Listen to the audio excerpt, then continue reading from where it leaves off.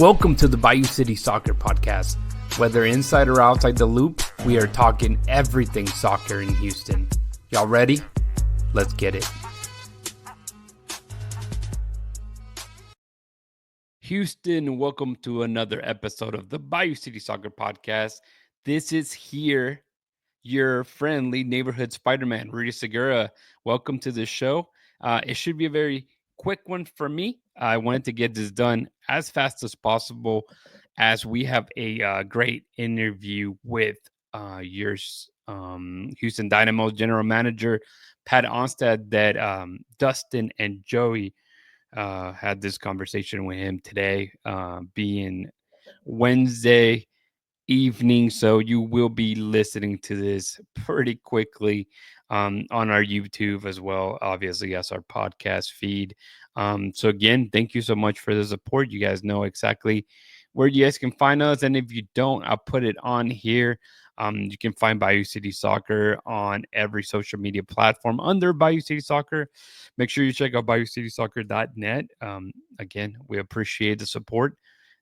This is heading into the holidays. We'll probably have one more episode before Christmas. We'll see how much excitement and how many news pop up. Obviously, Friday there is a MLS college draft happening with the Houston Dynamo being on the 18th pick as of today.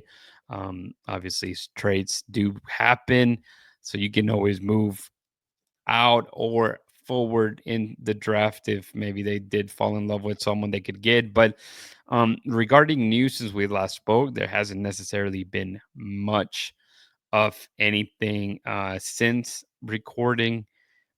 Again, on what was it? I think we recorded Monday, so not a ton of news since Monday. Apart from some of the updates from the dash, and the Dynamo didn't lose any players from the MLS expansion draft.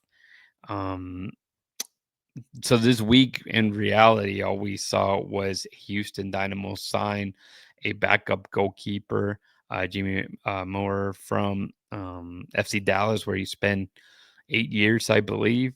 36-year-old, probably set to be either a second string or third string for the team. But it seems like has some good, I guess, knowledge of when it comes to the admin part of it as well. So maybe that's something that they're thinking about for the future. And when it comes to the Houston Dash, we found out that they will be at the 2025 Coachella Valley Invitational.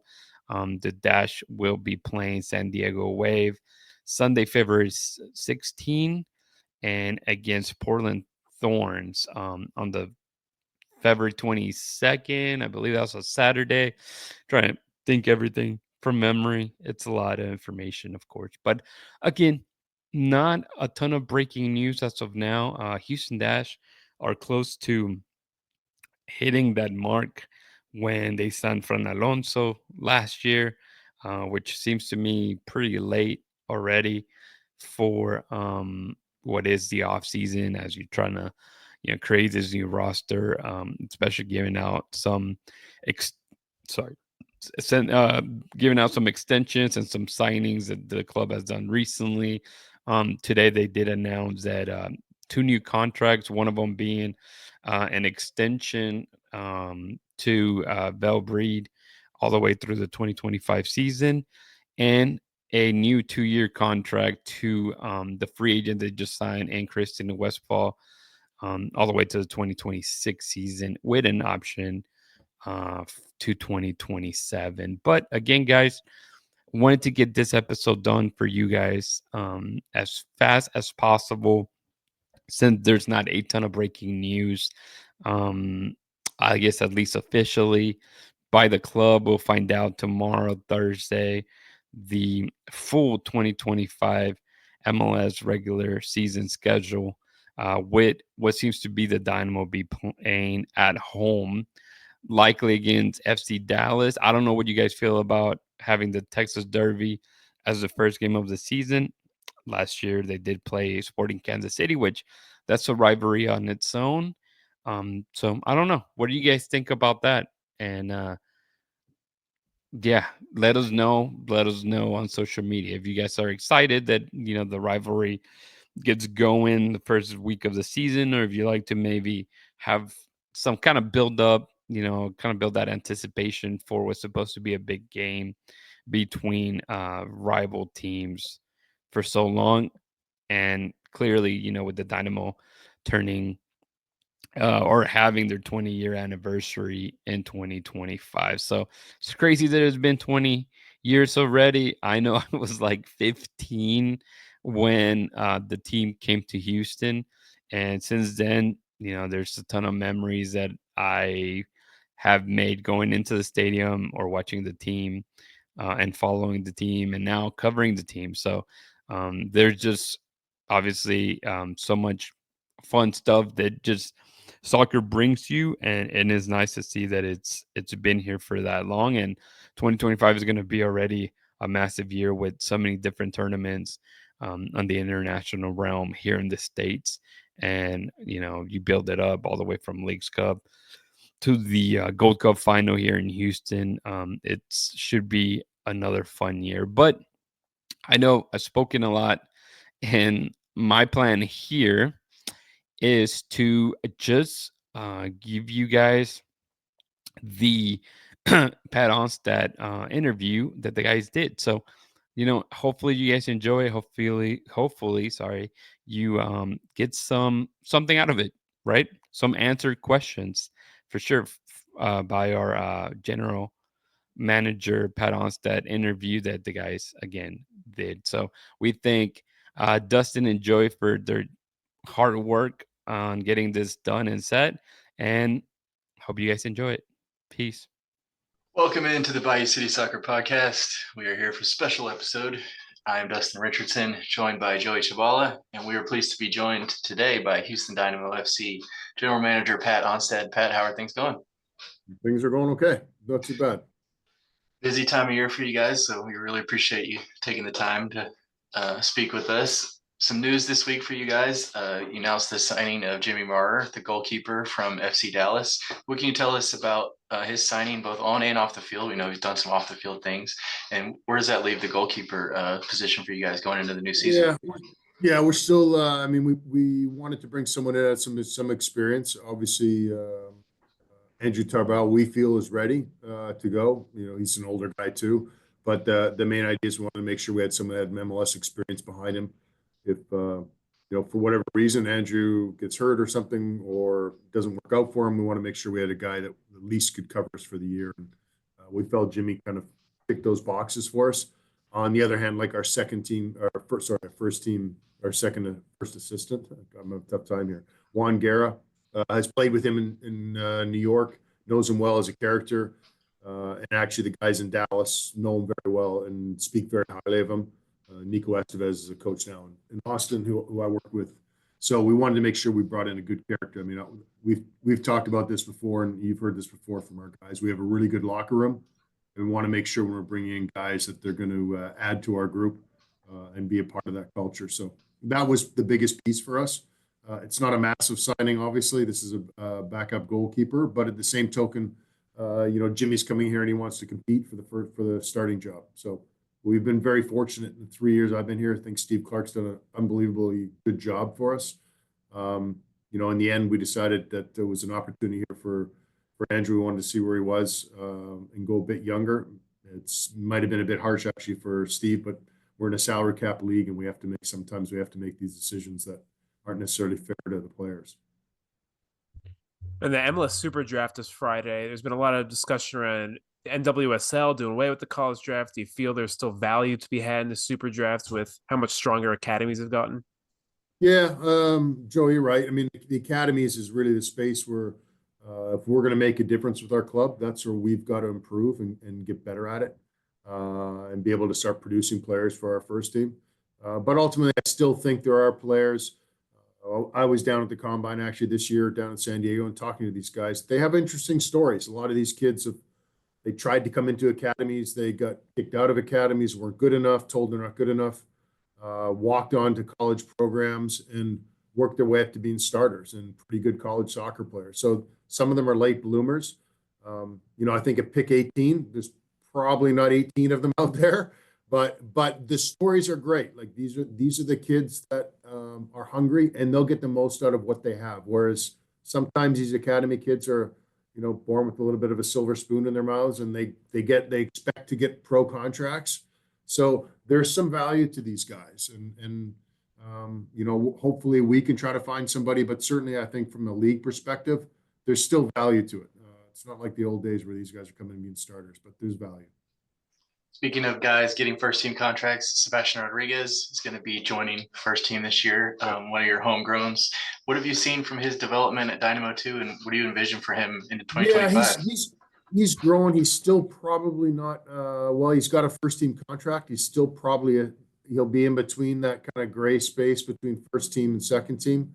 Brooklyn Reigns is a good example for us, a kid that's played slowly kind of worked his way up. Now, Brooklyn Reigns for us is a first team player. He's probably our first central midfielder off the bench. And I thought he ended the season on a high note. I thought he performed really well for us down the stretch. And Sebastian's probably at the beginning of that process that Brooklyn was, 2 years away from becoming that guy that is a guy you can rely on with the first team. So he's got some growing to do, but we like what we see so far. Covers a lot of ground in central midfield. He's more athletic than he probably looks. Certainly from our data shows he's a pretty athletic kid in there. He's probably got to get a little bit nastier in terms of he's probably going to be a defensive type guy, but he's good at connecting and he's pretty brave. He'll get on the ball under pressure and he's willing to try to play in the way we want to play. So we're hoping that he can make the next jump. And continue with the youth development talk. Are there any standouts from the second team in 2024 that are possibly in talks for MLS contract soon? Well, Sebastian's the one this year. I think we had one thing we're proud of is we played the most minutes from our academy and younger players than anyone else in MLS Next Pro, and that's probably some kids that still have a little bit of growing to do, but we think have a chance. Jomani Bell, Leo Gattal, Lucas Brugman, who's been in with the U17 national team. These kids have done well. And they're getting close. They're kind of knocking on the door on whether they can go there. And so we have some harder decisions to make. Is it time now to offer these kids pro contracts? Is it time to give them an opportunity to shine and see where they go? Certainly we know their place now is in the second team. And hopefully they can go from there and quickly progress into the first team. A lot of talk early this offseason about Coco, where Coco is going to play, how that kind of shifts you guys' offseason plans, where he stays at that right side role or back into central midfield. Who will ultimately make that decision? What goes into that? And when do you kind of envision that happening so that you can make other moves? I can tell you it's not me. I'm not the coach. So that's Ben. Ben Olsen will make that call. Asher Mendelson, our technical director, and I, we both have our opinions. But the nice thing is we're not the head coach, so we can offer opinions, but in the end, he has to make the decision. So, but we're on the same page, so I don't want to make it sound like it does against Ben. I think for us, it's going to depend on the profile of the player. We really can only right now is probably replace one of those, whether it's the 8, whether it's replacing Hector or trying to find a 10 in 10 style player in Coco's position, which therefore would put Coco now into the 8 position. So I think a lot of that's going to depend on our recruitment over the next 4 to 6 weeks and who we bring in. And that'll probably help with Ben's decision-making process. Certainly, I think in a perfect world, we'd get a like for like with Hector Herrera, similar player, doppelganger maybe, and then we could keep Coco where he is and keep working on our attack. One thing we're excited about is we start the season with Ponce up top. We're pretty excited about that. Last year we were excited for Sebastian Ferrer. I think we set the team up that he could be our starting forward. And unfortunately, 20 minutes in against St. Louis, he had a pretty major hamstring tear. And then it took him time to get back into the swing of things. And at that stage, we made a decision as a club that we were going to move forward with Ezequiel Ponce. So we'll see. We'll get some bodies back. We can get Lawrence Anali and Nelson Quiones. They're still a ways out, but those guys will help us a lot. But we're still pretty happy with our group. Continue to talk about Sebastian Ferreira. I mean, it's obviously You don't want a DP sitting on your bench for most of the season. Has Nope, there we been don't. any movement on finding him a new home? Is a buyout a potential option? And if he were to depart, do you guys have a plan of where another DP would be brought into play?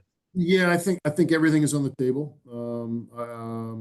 Depending on if he's here, then we want to try to use him if we can. How do we go about doing that with Ponce, who we're very happy with? Do we play 4-4-2? Do we, is he a guy that maybe we try to rest Ponce in moments and try to get him some more minutes? I think what we've learned, and which we knew ahead of time too, so there's no secrets here, but you need to play a guy if you want to get him out too. He's got to play and shine. It's tough for teams to say, well, hang on, why am I going to pay him that if he hasn't been playing for you guys? So we're going to have to find a solution. Having said that, obviously, if he's not here, then we wouldn't do another DP forward.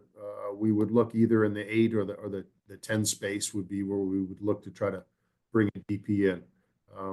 And that's what we're kind of shopping around right now to make a decision, and whether it's Sebastian's futures here or somewhere else, or if we can find the right fit that's going to fit our group. Yeah, with the new roster models, the 2 or 3 DPs, does Ferreira's future kind of hinge on where you guys go with that, and when do you think you make a decision? Yeah, that's actually a perfect question. I should have led with that. So thanks for bringing that up. In the end, ultimately for us, we feel we're in a better place if we go 2 designated players, the potential to have 4 U22 players, and then $2 million in GAM. For us, that's for numerous reasons. We need the GAM to kind of maintain our roster. That's number one. And number two, we just think competing. We've done relatively well. We haven't sold guys, but with Ibrahim Aliou, with Nelson Quiones, with Lawrence Anali, we feel like we've done a pretty good job with our U22 signings. And haven't gone and broken the bank to go get those guys. Hopefully they can come back healthy and we can keep moving forward with them. But I think that's the best model for us.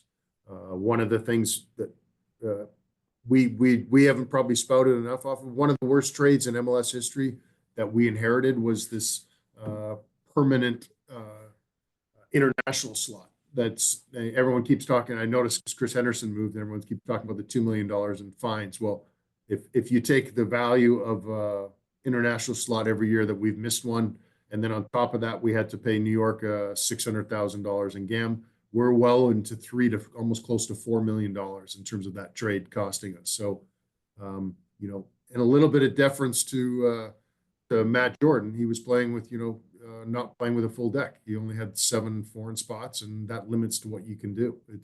And then if you want to go buy that extra one, that costs you money. So we're still recovering from that, but it is what it is. I think we'll be able to have a very competitive team, and a team that can hopefully host another trophy. That's our goal, regardless of those obstacles that we have to overcome. Mikael had another very successful season, has begun to get some notoriety from national media as well. Do you anticipate receiving offers from Europe or South America in this window? Yeah, we do. And yes, there's been people kicking the tires, and we've yet to get a formal offer, but I guess how formal is it when you have people saying, well, this is what we're willing to pay? So there's opportunity out there for us, but we have a number in mind, as does his agents. Like we work with them pretty regularly. So we have a number in mind. We think he's a player that's been very successful in our league in the last 2 years. He's got a lot of upside. He's young. He's Brazilian. He's left-footed, which is like a unicorn in that position. So the nice thing about having that is he's great for our team. But in the end, he's a guy that probably won't be able to keep here in market for a lot longer. So we just want to make sure it's the right situation for us. And then also for him, that he's not going to a club where he's going to sit on the bench and not be able to continue the growth of his career. So we're excited for him. Great human being as well as he is a player. So hopefully there'll be a positive, solution for both of us. But at this stage, he's excited about, year 3 in his progress. Dynamo GM Pat Onstad joining us today. Pat, a lot of talk about Amin Bassi among our group, at least. We always talk about his play. And if you look at his numbers, he's one of the top creators in MLS as far as chances, shots. Mhm. He didn't score or assist maybe as much as even the year before. Is there a desire to get this more flashy number 10, that the fan base or that people talk about, or is that something that Bassi could, that Bassi could do? He can score more goals for you guys. Yeah, I think he can score more goals. I mean, it would help if we got another 10 penalties like we did in 23. So, he's probably one of the best penalty takers in the league. I mean, he just doesn't miss. It's pretty impressive. But I do think he creates. I think we've got to do a better job making sure we get guys in the box. Often he's passing to Ponce, and Ponce's alone, or Ferrer's who's alone, and neither one of those guys are shot creators. So I think we could do a better job and surround them with better players. I think there is an argument to say, do you need to try to go out and get a DP10? With the way we play with the two is that you could play either in Amin's position or over in Coco's position. So there's opportunity here to keep Amin in the lineup and still have a DP10. That person would probably have to defend wide on the right, which sometimes is a little awkward for a DP10. So I don't know if you're getting a, Guillermo Scalotto type 10 or that type of player, or a Messi. That's probably a luxury, wonderful luxury to have. Don't get me wrong, but that type of player, you probably have to have a guy that's willing to put in the work and the graft and is able to defend out wide on the right. Otherwise, you're leaving Griffin on an island. So those are great questions, and that's exactly how these are the discussions we have with Ben and Asher and our scouting group, and we try to find something that'll solve that problem. But we need to score more goals. I mean, we've been last 2 years. One thing we've done is we've been elite defensively in our league, but we haven't created enough, and it puts a lot of pressure on the defense when you have to keep grinding out 1-0 wins. It's difficult to do. And it's fair to say Jefferson Valverde didn't really make too much of an impact on the team in 2024. Pretty fair. Is there plans to maybe dip into the market for a 6? Anything else? Any other guys? Like, what else do you guys want to talk about now? I think we thought, in hindsight, it's a good learning lesson for us. I think we thought the level he played, he was playing regularly in Copa Libertadores. Not a lot, but he made a jump from second division to first. And we thought, could he make another springboard? A lot of it for him, for Jefferson, wasn't necessarily the level, but the adaptation to American life and being here and, not fitting in with the first team right away and then having to go back to the second team. He had a real tough time with that. So we'll see, we'll see how year 2 plays out for him, whether it's here or somewhere else or second team, first team, we'll see. I think he has talent. But the tricky part is when you move into a different country, it's not easy. And I can say it from experience. I went to Scotland and same language, which is super easy. Although you can argue the Scots, it's tough to understand them too. So, but I struggled. I struggled. I got to admit, I wasn't prepared for it.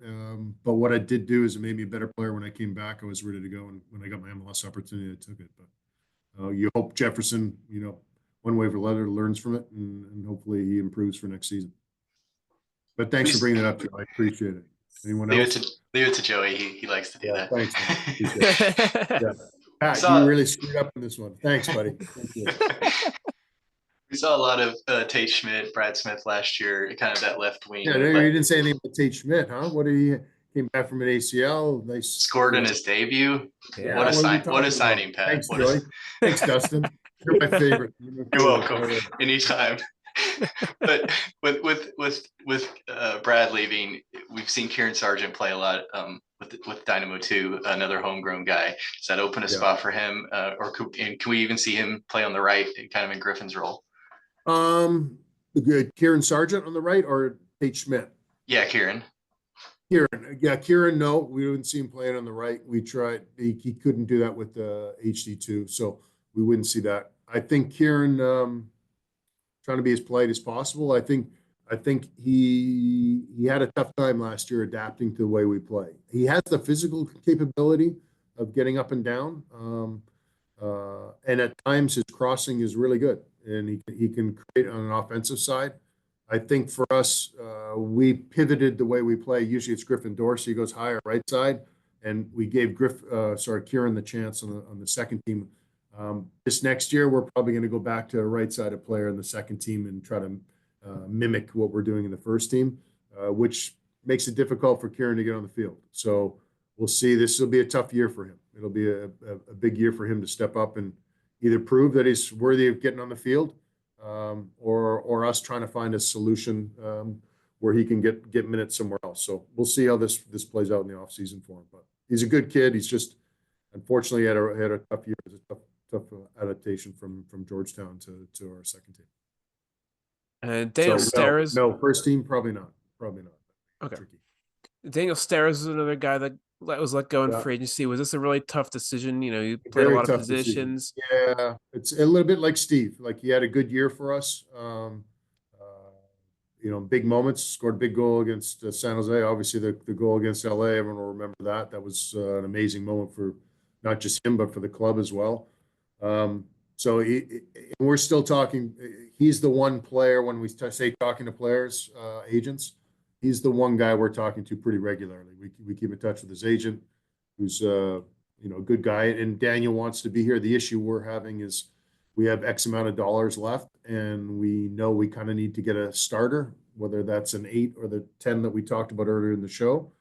And then we don't know what we're going to have left. Whereas if we go and say, here, Daniel, here's this chunk, and we find out we can't get a starter because we're short, that's shame on us, because that'll be a problem. So, Daniel's a wonderful player and a great human being as well. So I feel for him. He's kind of between a rock and a hard place. And he's a good guy, and a guy we'd like to try to figure out a way to get him back. So we're hoping we can figure that out.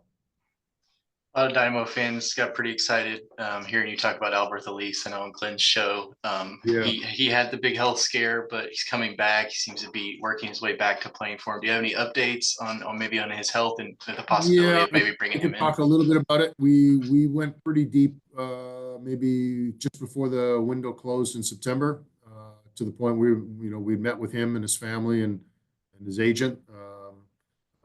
Had him on Discovery. We went through and we did some testing and whatnot, and unfortunately he just wasn't cleared. So from a health perspective, which is understandable, what he went through is pretty horrific, and it's going to take some time to come back. And I think the bigger scare certainly from our medical group and from the league's medical group, so it's not just us saying he's not ready yet, is just his future, and make sure that if he does take one more knock, is he going to be okay?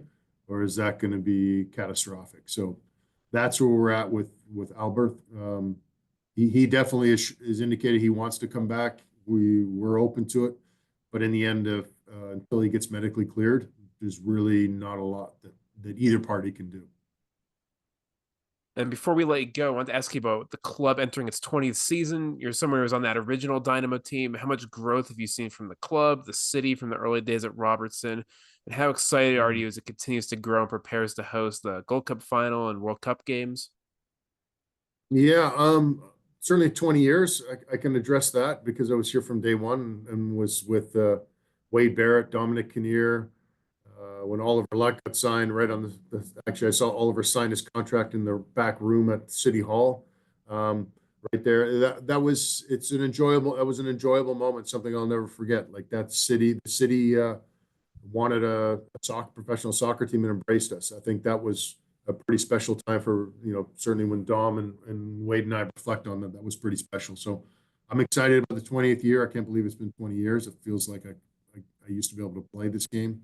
Not anymore, that's for sure. But it's it'll be a fun year for us. It'll be nice to see. Hopefully we'll see a few more familiar faces and some old timers coming in.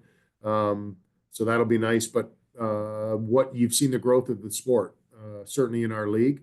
I think for us as a club that we've got to get back and try to figure out ways to pack Shell Energy Stadium. I think the game against Seattle, the game against LA Galaxy, the last game of the season, those are moments where fans hopefully go, okay, that was a lot of fun. I want to come back and support that team, and that team's fighting for the city, fighting for each other.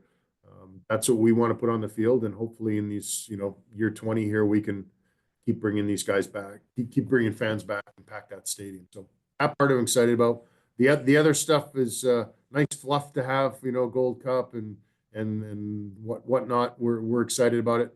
We also know the city's going to be gearing up for 26. The World Cup it's I don't know who described it, but they're spot on saying it's a Super Bowl every day. So that's going to be really entertaining. And I think for a lot of our guys, it's interesting when we start recruiting and talking to players. One of the things they say, you guys have World Cup game coming to Houston. So it helps us. And I think the world's going to be looking at Houston. So it'll be a big moment for not just our team, but I think for the entire city and the region here to show off what we have. Houston Dynamo FC GM Pat Onstad. Pat, we really appreciate the time. I know you're very busy. Happy holidays. We hope you stay pretty busy, but hopefully you get some time. We'll see. This is a fun time of year. Like, we've got a lot of things going on, and certainly recruitment is a number one priority.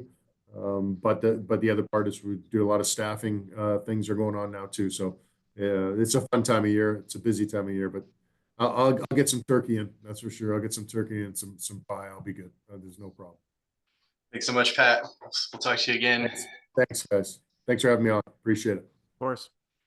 All right, guys. So I hope you guys enjoyed that interview that the guys did. Again, I think Pat Onstad is quite a fun guy to talk to, and he definitely gives a good insight on what the team is and where it's heading as the season comes along. And hopefully, we have many of those interviews to come when we need some kind of overview or a deep look at what the team is building going into this new season, which starts pretty quickly. I think we're under maybe 70 days, 80 days for the start of the season.